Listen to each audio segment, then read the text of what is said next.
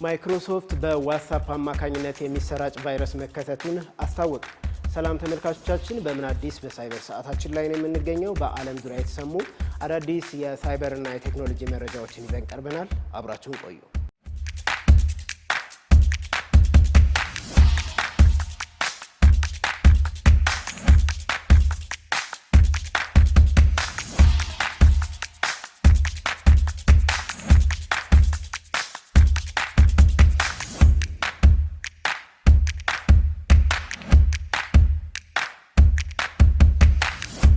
ማይክሮሶፍት በዋትስአፕ መልእክቶች አማካኝነት የዊንዶውስን ደህንነት የሚጥስ አዲስ የሳይበር ጥቃት ዘመቻ መጀመሩን ገለጸ። ጥቃቱ በየካቲት ወር 2026 መጨረሻ ላይ የጀመረ ሲሆን ቪዥዋል ቤዚክ ስክሪፕትን በመጠቀምና ደህንነትን ሰብሮ በመግባት የኮምፒውተር ስርዓትን ለረጅም ጊዜ መቆጣጠር የሚያስችል መሆኑ ታውቋል። ይህ የተወሳሰበ ሰንሰለት ያለው ጥቃት የዋትስአፕ መተግበሪያን በመጠቀም ቫይረሱን እንደሚያሰራጭም ተነግሯል። በመሆኑም የማጥቂያ ሊንኮችን ተጠቃሚዎች እንዲከፍቱት በዋትስአፕ መልእክት አማካኝነት እንደሚልኩ የማይክሮሶፍት ጸረ ቫይረስ ተከላካይና የደህንነት ምርምር ቡድን አስታውቋል። የጥቃት ዘመቻው በማህበራዊ ምህንድስናና በራሱ በዊንዶውስ ሲስተም ውስጥ ባሉ መሳሪያዎች ላይ የተመሰረተ መሆኑም ተነግሯል። አጥቂዎችም በቀላሉ እንዳይታወቁ መደበኛ የዊንዶውስ አገልግሎቶችን ስም ይጠቀማሉ ተብሏል።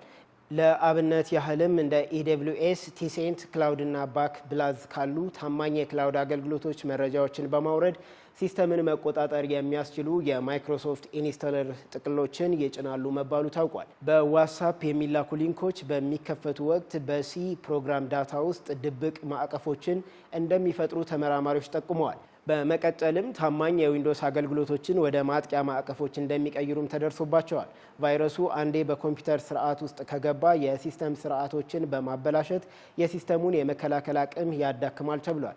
እነዚህ ድርጊቶች አጥቂዎች ያለ ተጠቃሚው እውቅና ከፍተኛ ሲስተምን የመቆጣጠር እድል እንዲያገኙና ያልተፈቀዱ የኤምኤስአይ ዳውንሎደሮችን እንዲጠቀሙ ያስችላቸዋል። በመሆኑም በዋትስአፕ እና መሰል መተግበሪያዎች የሚላኩ ሊንኮችን መክፈት ለከፍተኛ የሳይበር ጥቃት ስለሚያጋልጥ መጠንቀቅ ይገባል ሲል የዘገበው ዘ ሃከር ኒውስ ነው።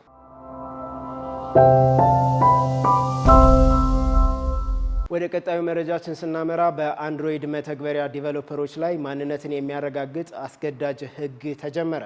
ጉግል ኩባንያ በፕሌይ ስቶር ላይ ለጥቃት የሚያጋልጡ መተግበሪያዎችን በመጫን ጥቃት የሚያደርሱ አካላትን ለመከላከል የአንድሮይድ መተግበሪያ ዴቨሎፐሮችን ማንነት የሚያረጋግጥ ሂደትን በይፋ መጀመሩ አስታውቋል። ይህ እርምጃ በመጪው መስከረም በብራዚል፣ ኢንዶኔዥያ፣ ሲንጋፖር እና ታይላንድ ውስጥ ተግባራዊ እንደሚሆን ተነግሮ የነበረ ቢሆንም ኩባንያው ቀደም ብሎ መጀመሩን ጠቁሟል። በመጪው የፈረንጆቹ አዲስ ዓመት በመላው ዓለም ያሉ ዴቨሎፐሮች ማንነታቸውን እንዲያረጋግጡ የሚያስገድደው ሕግ ተግባራዊ ይሆናል ተብሏል።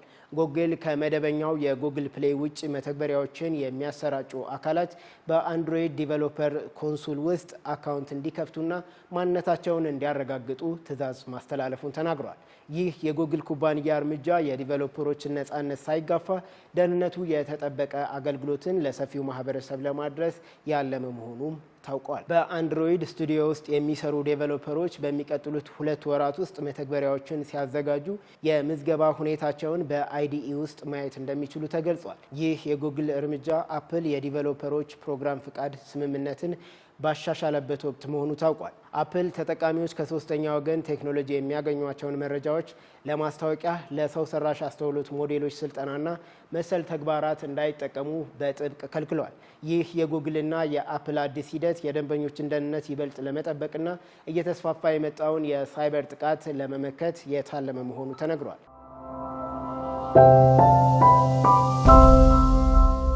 ወደ መጨረሻው መረጃችን ስናመራ በቻይና ውሃን ከተማ ከ100 በላይ የሚሆኑ ሰልፍ ድራይቪንግ ታክሲዎች ድንገት መቆማቸው አስደናቂ ክስተት መሆኑ ተነገረ። በቻይና ውሃን ከተማ ከ100 በላይ የሚሆኑ ሹፌር አልባ ሮቦ ታክሲዎች በቴክኒክ ብልሽት ምክንያት በድንገት መሀል መንገድ ላይ በመቆማቸው በርካታ መንገደኞች ለከፍተኛ እንግልትና መደናገጥ መጋለጣቸው ተሰማ። ይህ በአይነቱ የመጀመሪያ የሆነው መጠነ ሰፊ የሲስተም መቋረጥ በሰልፍ ድራይቪንግ ተሽከርካሪዎች ደህንነት ላይ አዲስ ስጋት ፈጥሯል። ታክሲዎች ማክሰኞ ምሽት ላይ ፍሰት በበዛባቸው በቀለበት ብሎም ዋና ዋና መንገዶች ላይ በድንገት መቆማቸው ታውቋል። ይህም በተሳፋሪዎች ዘንድና በሌሎች አሽከርካሪዎች እንዲሁም በዘርፉ ለተሰማሩ ኩባንያዎች አስደንጋጭ ክስተት ሆኖ ተመዝግቧል። ሮቦ ታክሲ የተሰኙ ሹፌር አልባ ተሽከርካሪዎች አፖሎጎ በተሰኘው የባይዱ ኩባንያ ስር የሚንቀሳቀሱ ሲሆን ኩባንያው በዓለም ላይ ግዙፍ የሹፌር አልባ ታክሲዎችን እንደሚመራ ተነግሯል። የፖሊስ ዘገባ እንዳመላከተው ተሽከርካሪዎች ምሽት ላይ ድንገት ጉዟቸውን አቋርጠው የቆሙ ሲሆን ለትራፊክ ፍሰት መጨናነቅም ምክንያት ሆነዋል። ክስተቱም የተከሰተው በሲስተም መዛባት ምክንያት መሆኑ ታውቋል። በዚህም ምክንያት የሮቦ ታክሲው ተጠቃሚዎች በሲስተም ብልሽት ምክንያት ከቆሙት ሰልፍ ድራይቪንግ መኪኖች የድንገተኛ ጊዜ ቁልፉን በመጠቀም በራሳቸው ፍቃድ ከመኪናው መውጣታቸውን ተናግረዋል።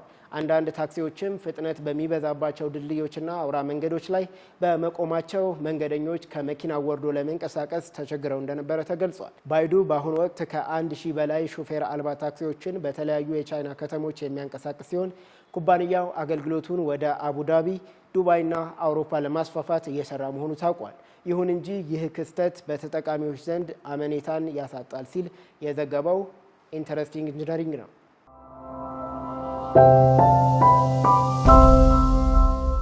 ተመልካቾቻችን የዛሬው የምን አዲስ በሳይበር መረጃዎቻችን የተከታተላችኋቸውን ይመስሉ ነበር። ሳምንት በሌሎች መረጃዎች እንጠብቃችኋለን። ስንታዩ ተስፋዬ ነበርኩኝ። ቸር ሰንብቱ።